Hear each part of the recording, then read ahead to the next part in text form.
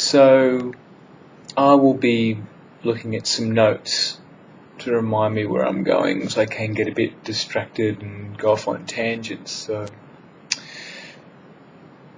emotional work part 2. There's this scene in Fight Club between Tyler and Jack, where Tyler kisses his hand and gives him a chemical burn.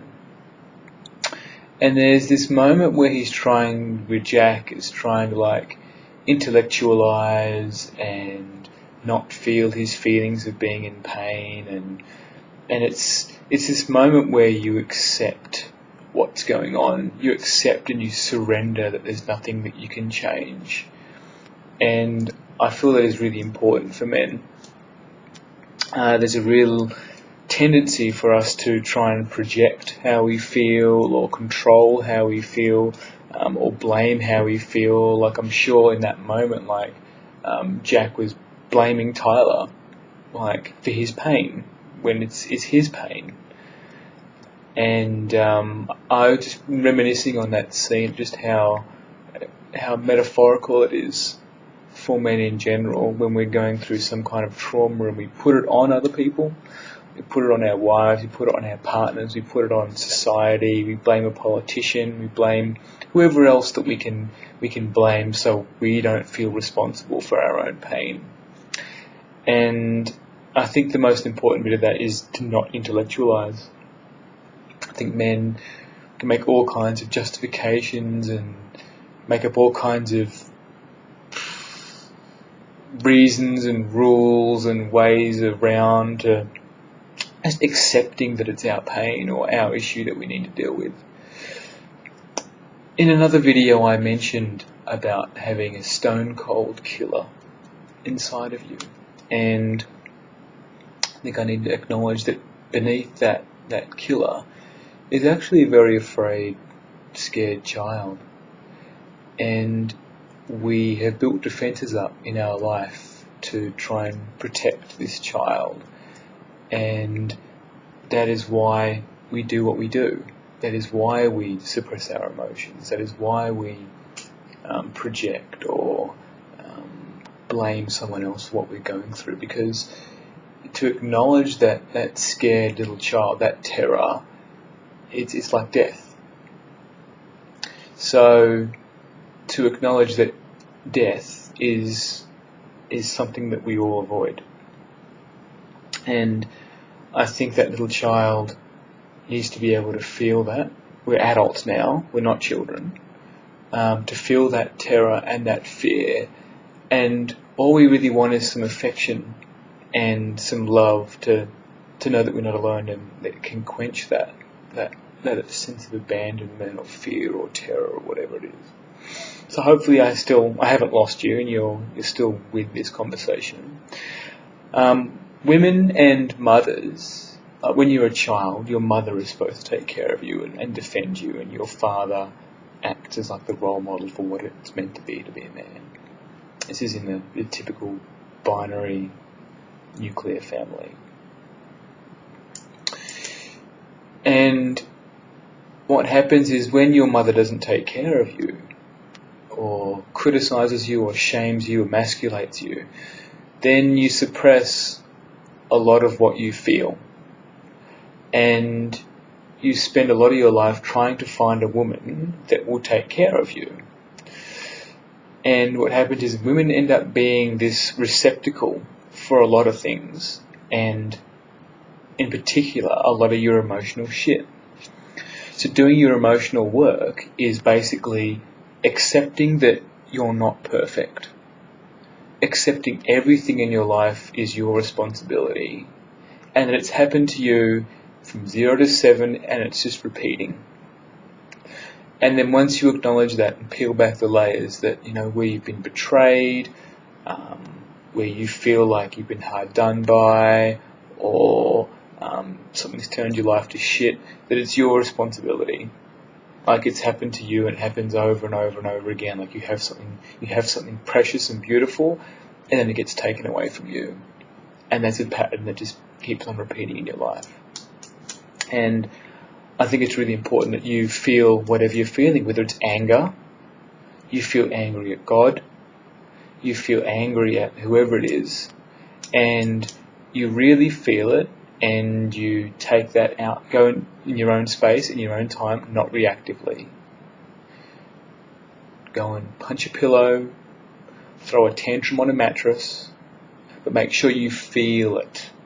You feel the anger, you feel the sorrow, you feel the terror, you feel the rage. A lot of men will have a lot of rage because it scares people.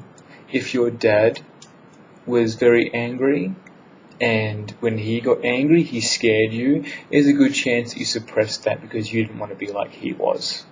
If he scared you, it's only natural as a child that you're going to suppress that. Well, that's scary. I don't like being around that energy when he's in a storm or when he's angry about something which may seem completely inconsequential. So, when you're a child, it's not your responsibility to fix, even though it made you feel really uncomfortable. So, you may not have been shown by a role model how to express emotion. You may have been shown how to hide it, or the current spiritual mechanism at the moment is to be mindful and meditate whatever you're feeling away. And all that does is just delays it for another day. It compresses it. It just pops up when you least expect it. Like you come home from work one day and you're just exhausted and something happens and you just snap at your wife, snap at your partner, snap at your kids, snap at the dog, snap at the cat. And it doesn't really help. Meditating it away doesn't help. You really need to feel it. And whether you feel it with a group, which is what I do, or you feel it by yourself, or you feel it with a therapist. All of those are options. Personally, I'd recommend the group, only because you get to hear other people's stories as well. And through other people's stories, you can make connections in your life and you can grieve those too. Whether the grieving takes the place of an attack on a foam block, which is what we do, or a tantrum on a mattress, or some kind of regression therapy. So there's a good chance that you have wounding in your life, and whether you've been betrayed or bullied or insulted or emasculated, and we need to deal with it. Now, as men, we've been through a lot. Generationally, we've been through a hell of a lot.